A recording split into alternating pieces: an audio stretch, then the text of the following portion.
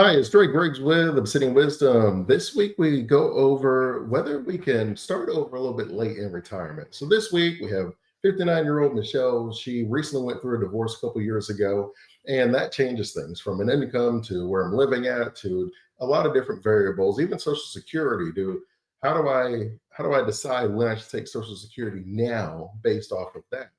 And we're going to go through how to rebuild a plan if there's a significant change later, close to retirement. She is 59, still wants to retire at 65, wants to see. All right, let me silence that. All right, right. So she's 59, wants to retire at 65, wants to see if she can still have a strong retirement. We're not trying to inch into retirement, or as I like to tell one of my daughters who's super quiet, I'm like, we're not trying to tiptoe through life, trying to sneak our way to death. We're trying to leave an imprint, even if it's just for a day. We want it to have a boom. So we'll go through that. This is for anyone that's trying to figure out if you have to make significant changes late into your retirement journey, whether you can still retire strongly and on time. So what I will do is I will share this case study with you, and I'll go through some of the things that I normally look at, and then some things that you would probably want to consider as well. So let me go and share the screen. So what you're going to know is, first and foremost, you can see that based off of a few of the changes, whether we talk about the splitting up of the assets, whether you talk about how much money we have set aside, or having a larger or smaller cost of living, it's going to impact whether we can still retire. We can see that we have a 79% probability of success. And all we're saying is if we run 1,000 scenarios, how many times do we win, right? How many times we make it to the end? We already build in some very conservative estimates, talking about living till 90. We have long-term care in there, which is about 70, 75,000, somewhere around there. And we're saying that, hey, we have 2 years of long-term care. So we're talking about another 140,000 on top of this. And then there's a variety of situations. And I'll go through what we call a stress test. Very fancy way of just simply saying, yeah, I get it. If you tell me, if you tell like an income calculator, you're like, yeah, I'm going to put in, I don't know, $10,000 a year. I'm expecting a 10% return every year. How much money will I have? And it just spits out the number, input in, input out. But we're really trying to figure out, do I have the money to live my lifestyle? Do I have to worry about running out of money in retirement? And the reality is that question is not answered with one simple calculation. You have to look at a variety of different things. And so what I'll do is, let me go ahead and I'll get started. We'll just go over some of the things that you would normally look at when you're talking about stress testing a retirement plan. And then we'll go over some of the changes that we had to make to this plan so that we would still be able to retire at 65, right on time, and all sorts of strong. Some of the things I look at when I'm stress testing, let me zoom in because I know it's kind of far out there. So normally when we're talking about stress testing, some of the things that we'll look at, you see, here's the baseline. Boom. We're saying 79% of the time we're winning. And for those that don't know, we normally want to be over 70%. Right? If we're over 70%, that means the majority of normal situations of retirement, we're going to be fine. Is it possible that something drastic and significant can happen that would alter everyone's life? Of course it is. But we're simply saying that the majority of the time, outside of a really crazy anomaly, we're going to be okay.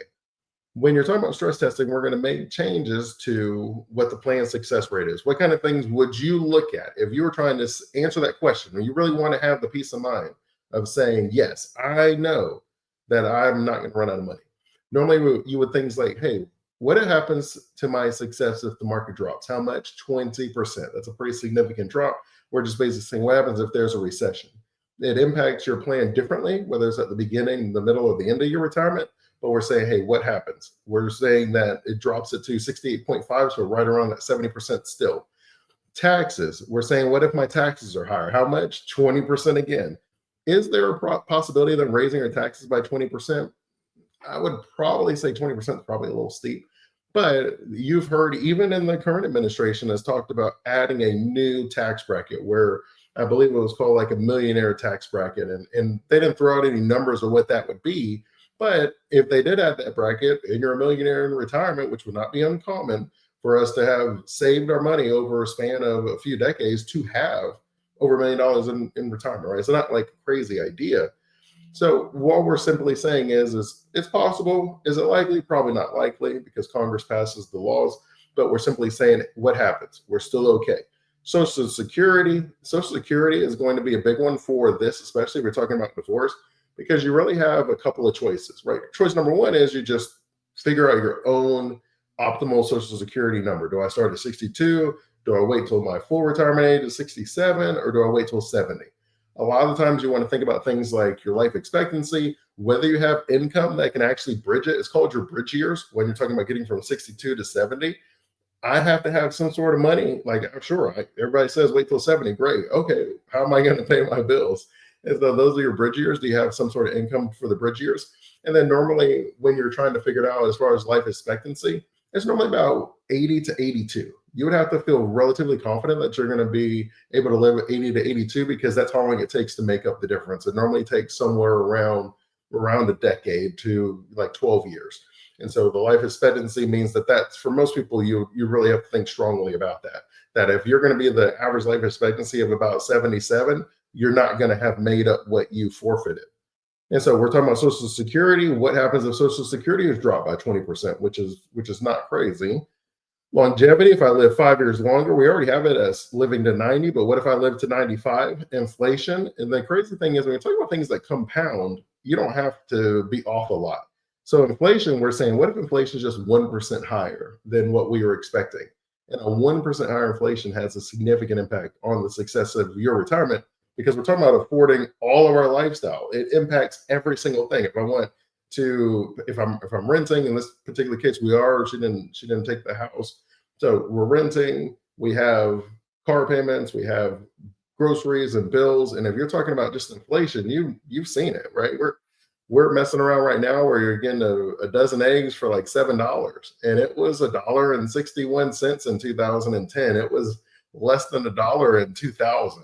And we're talking about that on a lot of different things, where gas was maybe $1 a gallon and it's closer to $3 now. So that's right. We're talking about significant increases. And so when you're talking about inflation, that's all of your stuff being more expensive. Healthcare is basically just what we're saying, 20% more, and then asset returns is another 1%. Just say, what if I get a 1% return lower than what I was expecting? And so these are normally the things that we look at when you're talking about, hey, am I going to be okay as far as stress testing? So normally after you get the stress test out the way, I'm going to tell you a couple of things that I will notice just like right when I'm looking at it, I'm like, oh, that's probably something that we might need to address. So at the age of 59, I know that when I first saw the allocation where it was like 37% in equities, about 63% in bonds, that's probably a little bit on the conservative side.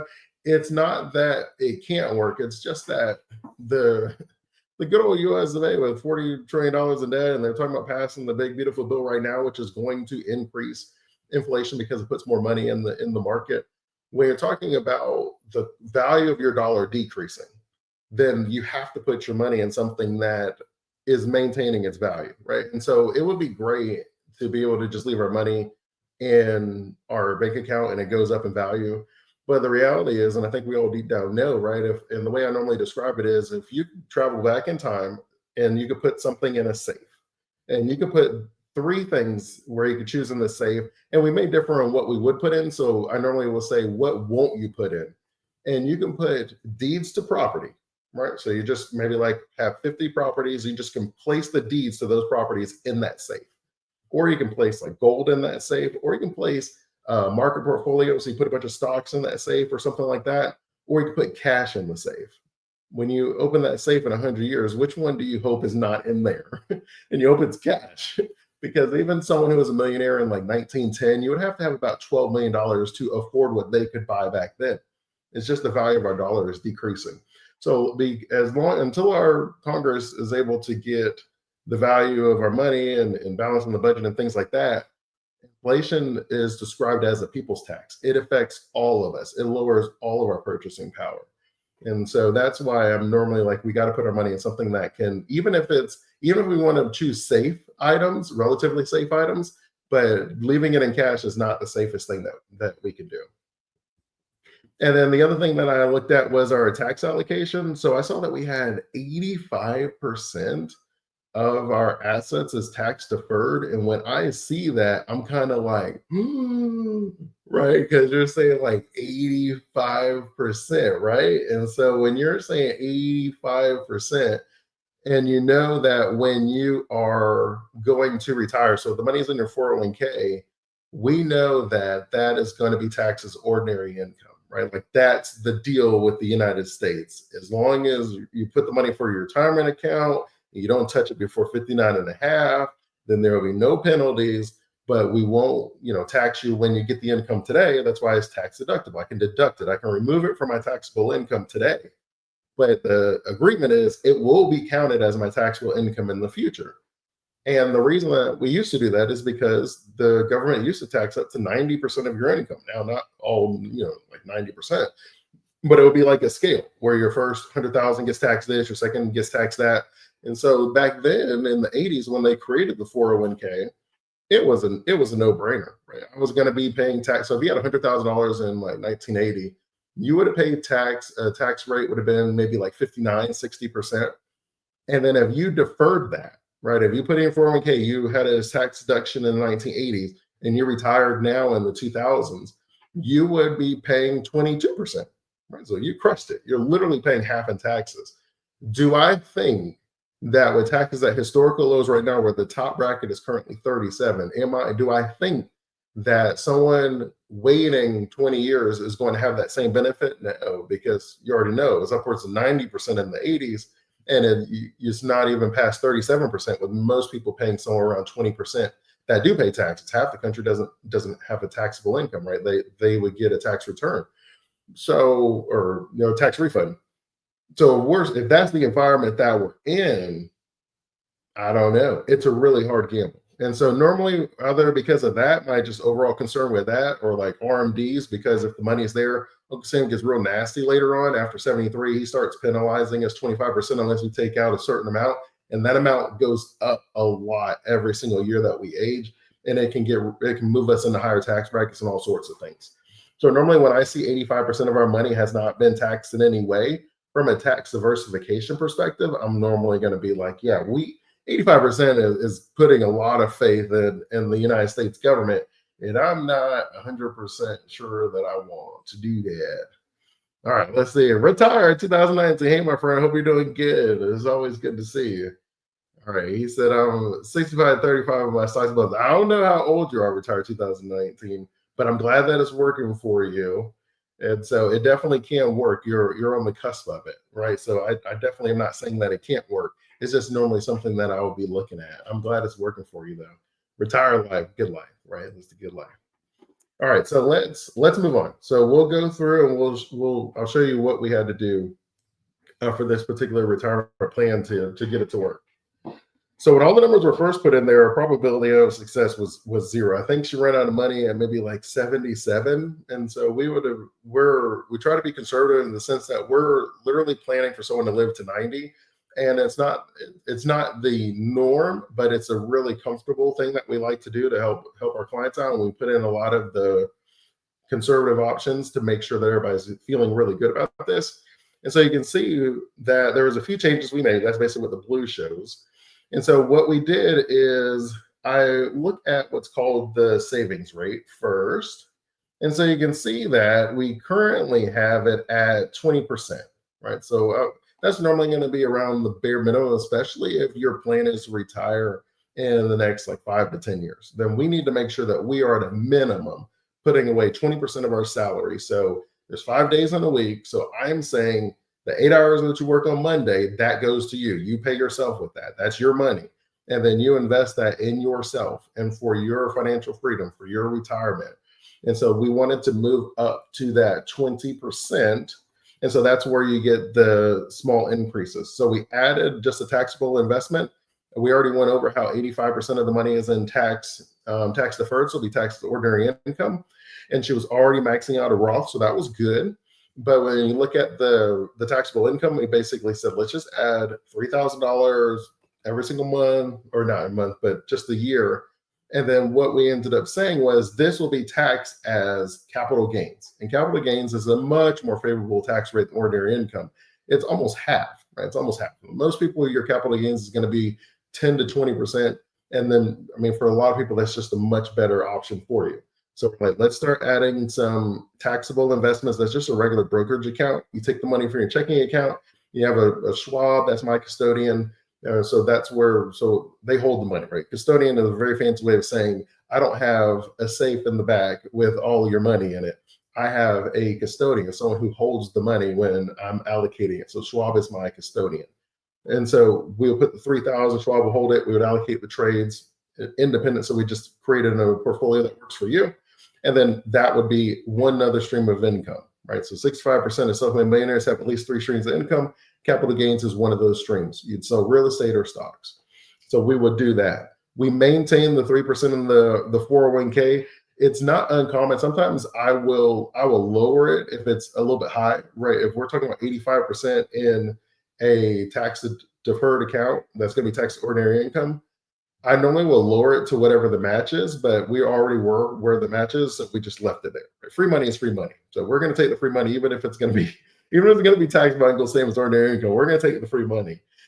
So I left that the same.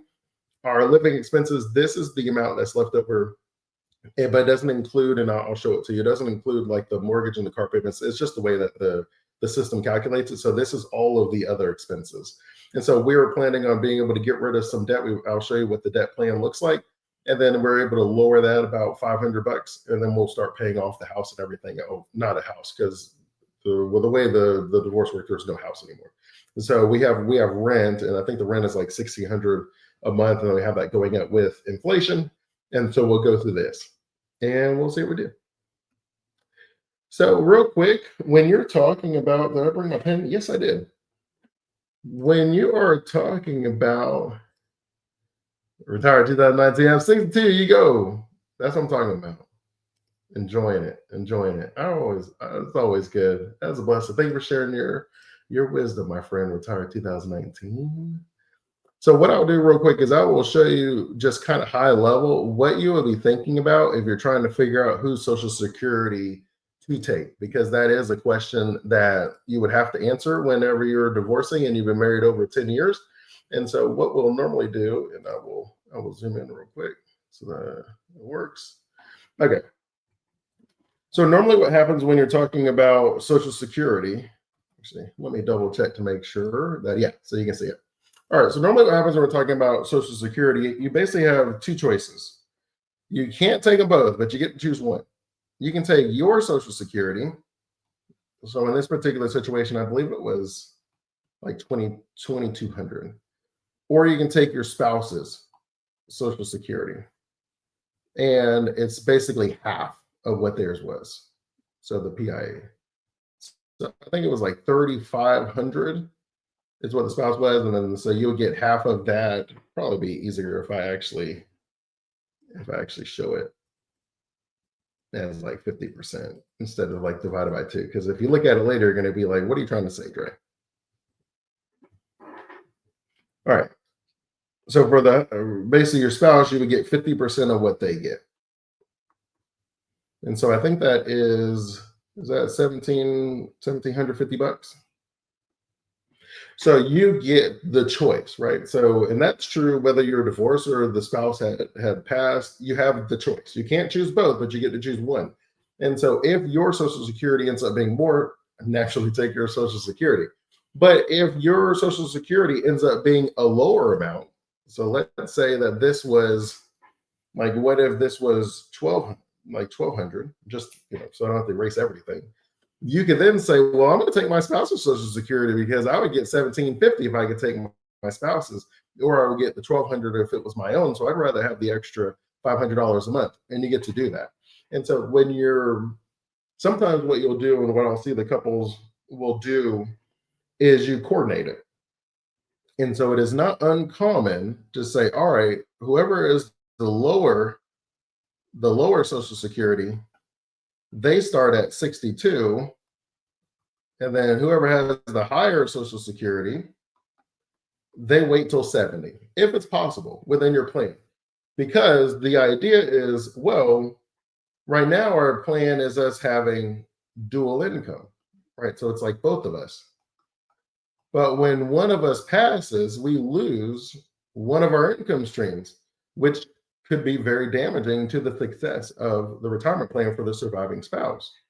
So what you'll do is you'll say, well, if we allow the higher one to get to its absolute highest, then the number might look more like, you know, I think, maybe you'll end up getting like 2,500 a month. So if you are alone, maybe you were getting 2,000 and they were going to get 4,000, but maybe you're going to get like 1,500, right? You see what I'm trying to do now. But the idea is that I want to give my surviving spouse the highest amount possible. And oftentimes, if you're able to give one of you starts early, and you both of you can start late, but normally it's just the math doesn't work out that way. So if the lower one starts early, the higher one waits till the end, and then something happens to the higher Social Security person, that spouse gets the amount. If nothing happens to both of you, still wonderful, because you still get the highest amount and you get it long enough that the math makes sense. So it's kind of like a win-win. You give yourself a little bit of flexibility, and it is something that you do want to think about, especially when you're talking about Social Security. You want to coordinate it with a spouse as much as possible. All right, so that was where I'm like, all right, look, first thing we got to do is get ourselves to 20%, and then we're not going to put that in the 401k because we already have so much that is being taxed there. And so that was where we made that change. That's where that is. The lifestyle, I'll show you the debt that we said we'll get rid of and the plan with that. So this one was pretty straightforward. We actually did not change how much we were paying on the debt, so you can see what the bills were, and then we didn't actually add anything additional. The only thing that we did is we just simply paid the lowest to the highest balance, but we maintained the exact payment no matter what. We didn't lower it as the bills got away. So we had a handful of credit cards and we had a car left. She's renting, so we didn't have a mortgage to worry about paying off. And it went from hanging out with this debt for, like the next 20 years to being able to be debt free in a matter of like 3 years, right? And so we're able to save a lot of time and a lot of money just by making the same payment, and that works really for anybody. There's really two main ways to get rid of debt, and you can see them. It's basically highest to lowest interest rate or lowest to highest balance. I find from an emotional standpoint, most people feel good about the lowest to highest balance because you can see that like that car is paid off, that credit card is paid off, and you just feel really good about that. When you're talking about the highest interest rate, sometimes you don't feel as good about it. It's like going to the gym and then you get on the scale a week later and you may have even increased your weight and you're like, man, I don't know if working out was worth it. You're kind of beat up. It's sort of like that. So I like to get people the quick win so that they can commit to the plan. So that's why I normally would do that. But if you're someone that's like, I'm committed, I want the most efficient use of my money, the most efficient use is going to be the highest interest rates first. Then I just find that it works a little bit better, for others. The other way. So we're able to get rid of the debt a couple years earlier. So boom, now that's gone. We have no debt now going into retirement. That meant we're able to live a little bit lower of our cost of living. And so that's where we're able to lower this amount. And then the asset allocation, we were really close to where we started at. We made just the absolute smallest of changes. And then Social Security, we decided that full Social Security. So we would just wait 2 years afterwards, and we're going to use that time to do Roth conversions, and I'll show you how we set that up. The debt plan I just showed you, and then the tax strategy I'm getting ready to show you. And then like most of the time, the retirement spending smile makes the most sense. So let me just show you before we go into that, what goals we had. So we said, hey, I want to retire at 65, and we were going to live it up, live La Vida Loca. And I was like, well, maybe we don't need to live that La Vida Loca. And so that was where we were able to shave off a significant amount of debt and bills and lifestyle in a way that we don't feel bad about it. We have our annual healthcare expenses, and then as I told you, we were able to leave the long-term care in, especially if you're single. And you may not have as many options available. It's something that we want to make sure that we can get the care that we need so that we can enjoy our retirement. And then we ended up putting that in a different spot. Like it didn't make sense there. So we had family support, we had aging parents, and the thought was, she said, I'd probably spend maybe $3,000, every single year cumulative, just taking care of my parents and doing things for them, like small things. I can't do everything, but I like to do something. And so that's what that was. Floor and kitchen remodeling, that was $20K. We were trying to make sure we didn't have to pay for IRMA. And IRMA is basically where you don't want to pay extra on Medicare. So Medicare Part B and Medicare Part D have a monthly premium. And if you make too much early on is I think it's like $103,000 in a year. Then you can move up into a higher IRMA. And IRMA is just your income related monthly adjustment amount, right? It's very literally named. And so you just want to be mindful of how much income you're taking right before you start your Medicare. And so that's why for this particular one, I was like, hey, can we wait till after that? And she's like, yeah, we can wait till after that. So we waited till 66 for that. So I was good. Michelle said she wanted to take care of herself. She was talking about, so I was just like spa wellness. You may describe it in a way that, my simple mind is going to be like, that just sounds like a spa day. And then, no, like, no, it's like a getaway. It's a rejuvenation something. I'm a very simple person the way I name things. So you got to forgive me on that. But I was like, all right, it looks like the spa wellness will be about like 1,500 a year. And she was like, I'm gonna do that every year. And I was like, good for you. And then we had the traveling. And so she didn't think she would travel all the time. So a lot of time when we're traveling, we just kind of leave it in there. She thought she would travel for maybe like 10 years. And so that's what that is. So every year spend about $6,000, and then we increase with general inflation. And so we were like, all right, cool. And so that was how we had set it up, right? So the spa and wellness is what was that personal gift. I was like, yeah, I think it should be over here in like other lifestyle. And so that's where we ended up putting it at, right? So she had the goals. So she was definitely enjoying herself. And then let me show you the taxes real quick.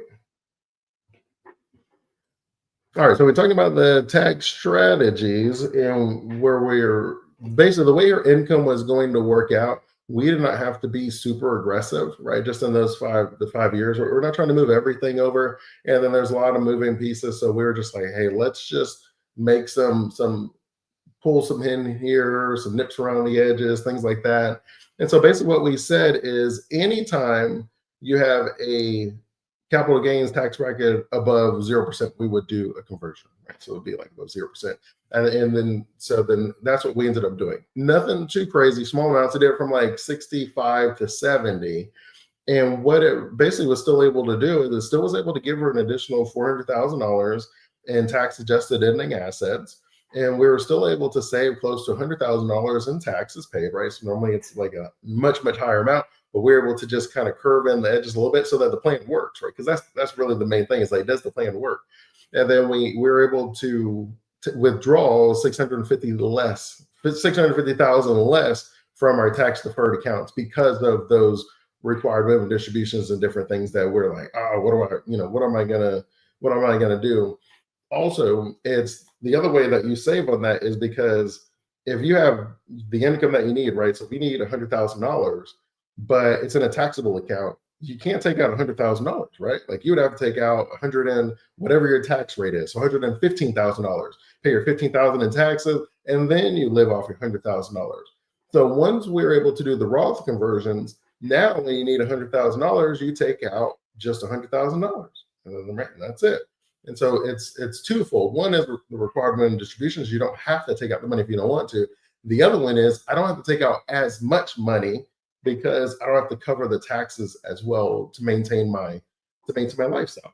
And so that worked pretty well for Michelle.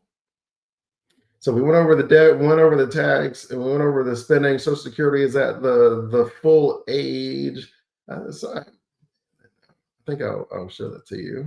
All right. So Social Security, we ended up with $139,000 more from the full retirement age, just compared to as early as possible, right? And so that's just simple math.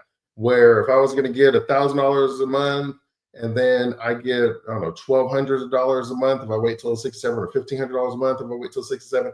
How many times do I need to make that 500 extra to offset me not taking out that $12,000 a year for those first years, right? And so that was how we were able to decide. Now for her, she was going to work till 65 either way, and then that was how we would ultimately make that decision.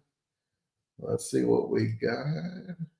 My friend retired 2019, also rent and retirement. Very nice, my friend. Glad that that works for a lot of people. A lot more people are actually renting, young and old. I just see a lot more people renting, and so I'm glad that works. It's like if you don't want to have to deal with a whole lot of stuff, and you can have a good relationship with like a landlord and tenant where they keep everything nice and fresh.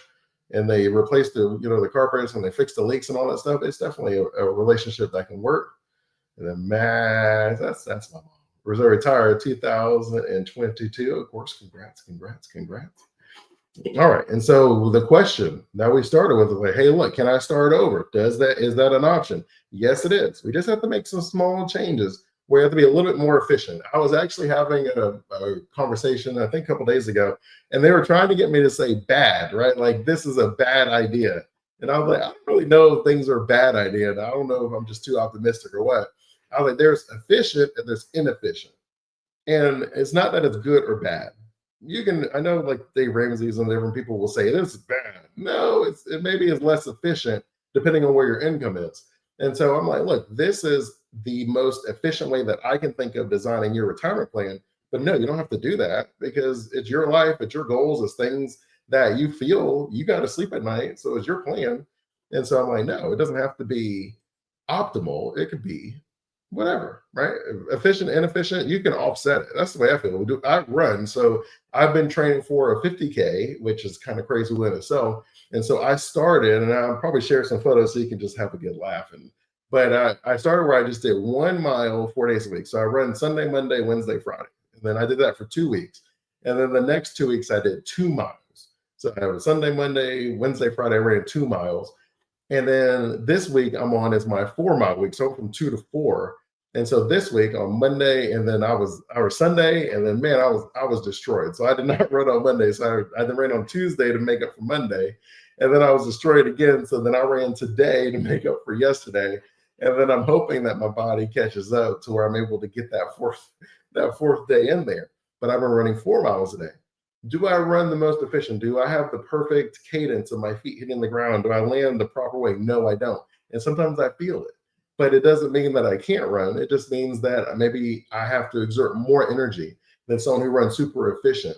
And sometimes that's how retirement is. You just may have to offset the small desires that we have, but it doesn't mean we can't go that way. We can't do those things. And so I don't really think many things are bad. I just think it's efficient. And then some things are maybe less efficient, but everything can get us exactly where we want to go. And I'm a firm believer in that. All right. Well, as always, I'm thankful for the time that we have together. If you all have any questions, leave them in the comments. I'm here for you. And until next time, I'm Drake Riggs with Obsidian Wisdom. Stay safe and enjoy life.